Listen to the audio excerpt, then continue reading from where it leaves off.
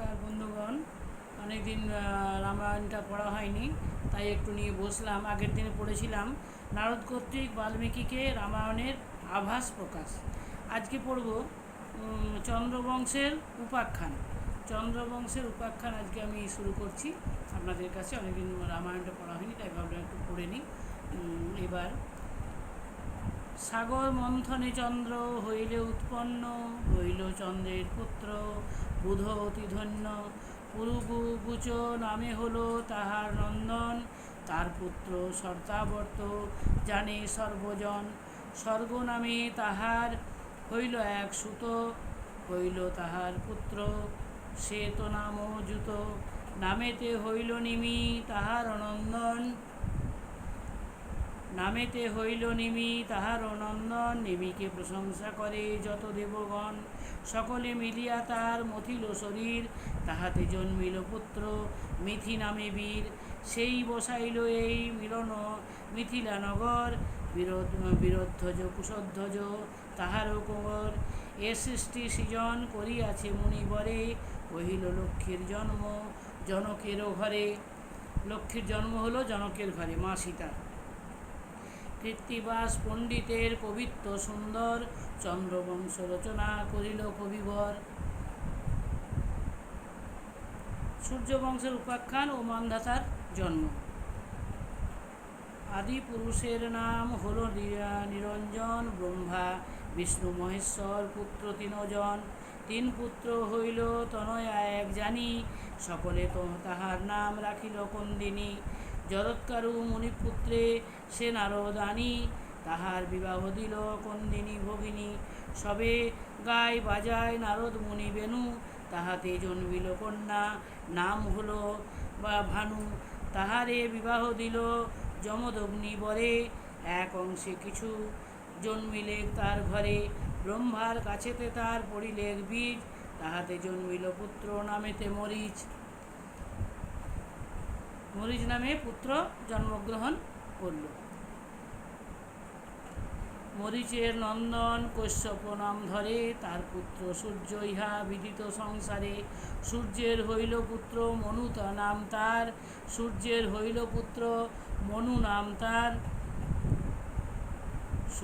সুসেন তার পুত্র রূপে চমৎকার, সুসেন তার পুত্র রূপে চমৎকার। সূর্যের হইল পুত্র মনু নাম তার। এই মনু নাম থেকে আমরা মানুষ বা মানব কথাটি এসেছে। সূর্যের হইল পুত্র মনু নাম তার, সুসেন তাহার পুত্র রূপে চমৎকার। প্রসন্ন তাহার পুত্র অতিশে সুঠাম, হইল তাহার পুত্র যুবনাশ্য নাম। যুবনাশ্য হল রাজা অযোধ্যানগরে, বিবাহ করিতে গেল কন্দকের ঘরে। কন্দকের ঘরে জীবনাশ্বের বিবাহ করতে গেলেন, বিবাহ করিতে গেল কন্দকের ঘরে। কালনিমি নামে কন্যা কন্দক রাজার, বিবাহ করিল যুবনাশ্য গুণাধার। কালনেমিকে বিবাহ করলেন যুবনাশ্য গুণাধার। বিবাহ করিল মাত্র সন্ধ্যায় সম্ভায় না করে, লজ্জা ঘুচাইয়া কন্যা বলিল পিতারে। বিশেষ জানিয়া সে কন্দক মহিপতি, অভিশাপ করিলেন জামাতার প্রতি।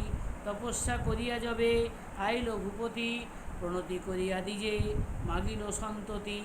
আশীর্বাদ কর মম হোক নন্দন, শুনিয়া ঈষৎ হাসি বলে দ্বিজগণ। পত্নীসহ তোমার নাহিক দর্শন, কেমন বলিব তব হইবে নন্দন। তোমার পত্নীর সাথে কোনো সংস্রব ছিল না, তোমার নন্দ পুত্র কী করে হবে। শুনিয়া ঈষৎ হাসি বলে দ্বিজগণ, পত্নীসহ তোমার নাহিক দর্শন, কেমনে বলিব তবে তব হইবে নন্দন। এক যুক্তি কর রাজা যদি লয় মন, যজ্ঞ করো তবে তব হইবে নন্দন। যজ্ঞ জল করাইবে রানীকে ভক্ষণ, হইবে তোমার পুত্র অতি বিচক্ষণ। যজ্ঞ করি জল রাজা সাথে নিজ ঘরে, শয়ন করিল রাজা খাটের উপরে। যজ্ঞ করে রাজা খাটের উপরে শয়ন করলেন। যখন হইল রাত্রি দ্বিতীয় প্রহর, জল আনো বলি রাজা হইল কাতর। তৃষ্ণায় পীড়িত রাজা আকুল হইল, পুংসবন জল ছিল মুখেতে ঢালিল। প্রভাতে প্রকাশ হলো সূর্যেরও কিরণ, প্রভাতে প্রকাশ হলো সূর্যেরও কিরণ,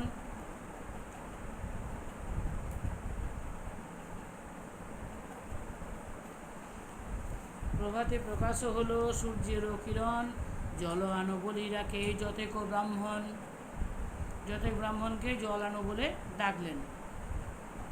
রাজা বলে দ্বিজগণ করি নিবেদন, রাত্রিকালে জল আমি করেছি ভক্ষণ। এ কথা শুনিয়া বলে যত মহামতি, রাত্রিকালে জল পানে হবে গর্ভবতী। শ্বশুরের অভিশাপ তাহাতে লাগিল, যুবনাশ্ব মহারাজ গর্ভ সে যে ধরিল, যুবনাশ্ব মহারাজ গর্ভ যে ধরিল। 10 মাস গর্ভ পূর্ণ হইল রাজার, বাহির হইল পেট চিরিয়া কুমার।